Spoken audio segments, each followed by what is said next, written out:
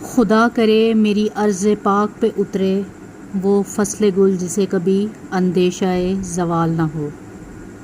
السلام علیکم ویورز، کیسے ہیں آپ لوگ؟ امید کرتی ہوں خیریت سے ہوں گے انشاءاللہ۔ آج میں بہت اہم دن کے موقع پر اسی مناسبت سے ویڈیو بنانے جا رہی ہوں۔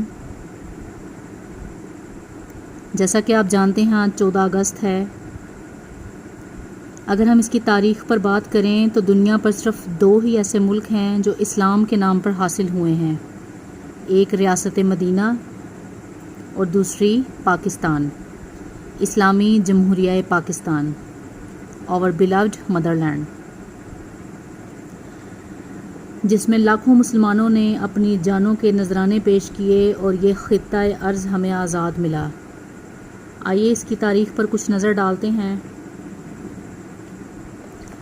14 اگست 1947 جب ایک تاریخ نے تاریخ رقم کی، برصغیر پاک و ہند 15 اگست 1947 کو مقرر کی گئی، لیکن پاکستان کو آزادی 14 اگست کو مل گئی، کیونکہ وائسرائے لارڈ ماؤنٹ بیٹن کو نئی دلی میں آدھی رات کو انڈیا کی آزادی کی رسومات میں شمولیت کرنی تھی۔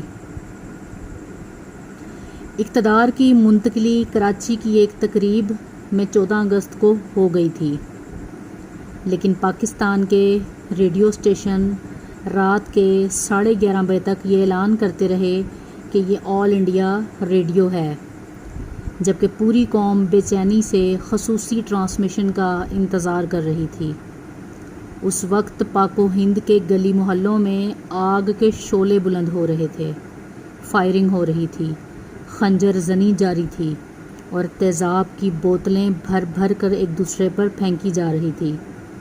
پاکستان پیدل آنے والے قافلوں اور ٹرین میں آنے والے لوگوں پر راستے میں ہی روک روک کر گروہ در گروہ ان کو قتل کیا جا رہا تھا۔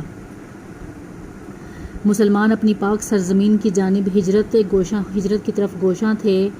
لاکھوں قربانیوں کا مظہر پاکستان، جس کی جانب لوگ اپنے اہل و عیال اور معمولی ساز و سامان لیے رواں دواں تھے، لیکن یہ سفر ہجرت لاکھوں صدمے دے گیا۔ ہر قدم پر قتل عام کا ڈر، بھیڑ میں نہ جانے کتنے جوانوں نے اپنے بوڑھے ماں باپ کھو دیے، کتنے ہی ماں باپ نے اپنے لخت جگر اپنے سامنے بچھڑتے دیکھے، اور کتنی ہی بہنوں کو عصمت زنی کا نشانہ بنایا گیا۔ آج بھی داستانیں زندہ ہیں۔ بہت سے ایسے لوگ بھی ہیں جنہوں نے آزادی کے قافلوں میں بچوں کو پایا اور پھر اپنی اولاد کی طرح ان کی پرورش کی۔ کسی کو کسی کی کچھ خبر نہ تھی، بس فکر تھی تو خود کو ہندوؤں سے بچانے کی، اپنی مٹی پر، اپنی سرزمین پر جلد سے جلد قدم رکھنے کی۔ ایسے سنگین حالات میں ریڈیو کے سوا اور کوئی ذریعہ نہ تھا جس سے پاکستان کے قیام اور آزادی کا باقاعدہ اعلان کیا جا سکتا۔ اس وقت پاکستان میں صرف 3 ریڈیو اسٹیشن تھے، لاہور، کراچی اور پشاور میں۔ 14 اگست کی رات ٹھیک 11 بجے تاریخ نے آخری مرتبہ اپنی ٹرانسمیشن میں یہ اعلان کیا کہ یہ آل انڈیا ریڈیو ہے۔ 50 منٹ بعد جب 12 بجنے میں 10 منٹ باقی رہ گئے تو پاکستان کی عبوری دھن ہوا میں لہرانے لگی۔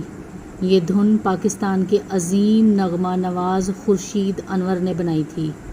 اس دھن کو سنتے ہی لاکھوں لوگ اپنے اپنے ریڈیو سیٹ کے گرد جمع ہو گئے، پرجوش، پرعزم اور شادمان۔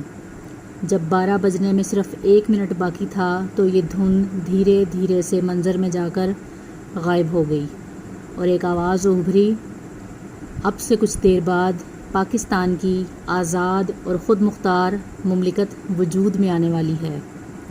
پھر ریڈیو پر کلاک کی ٹک ٹک کی آواز بلند ہونے لگی۔ سننے والوں کے دل کی دھڑکنیں تیز سے تیز ہوتی جا رہی تھی۔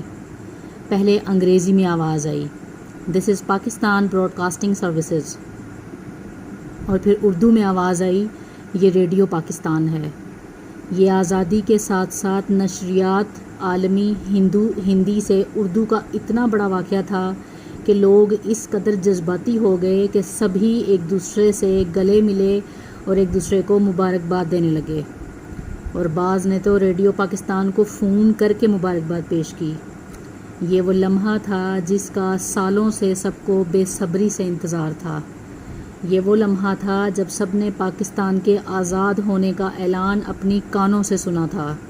اس کے بعد انتہائی خوشکن الفاظ میں قرآن پاک کی آیات کی تلاوت کی گئی، جس کا ترجمہ ہے: اے محمد، ہم نے تم کو فتح دی اور تم پر اپنی نعمتوں کو پورا کر دیا اور تم کو سیدھے راستے پر چلایا ہے، اور اللہ تمہاری زبردست مدد کرے۔ اس طرح پاکستان وجود میں آیا، یعنی 14 اگست 1947 کو۔ پاکستان سے ہمارا وہ رشتہ ہے جو جسم کا روح سے۔ اللہ پاک اسے تا قیامت قائم رکھے، ہمیشہ دشمن کی میلی آنکھ اور غداروں کی بری نیتوں سے محفوظ رکھے۔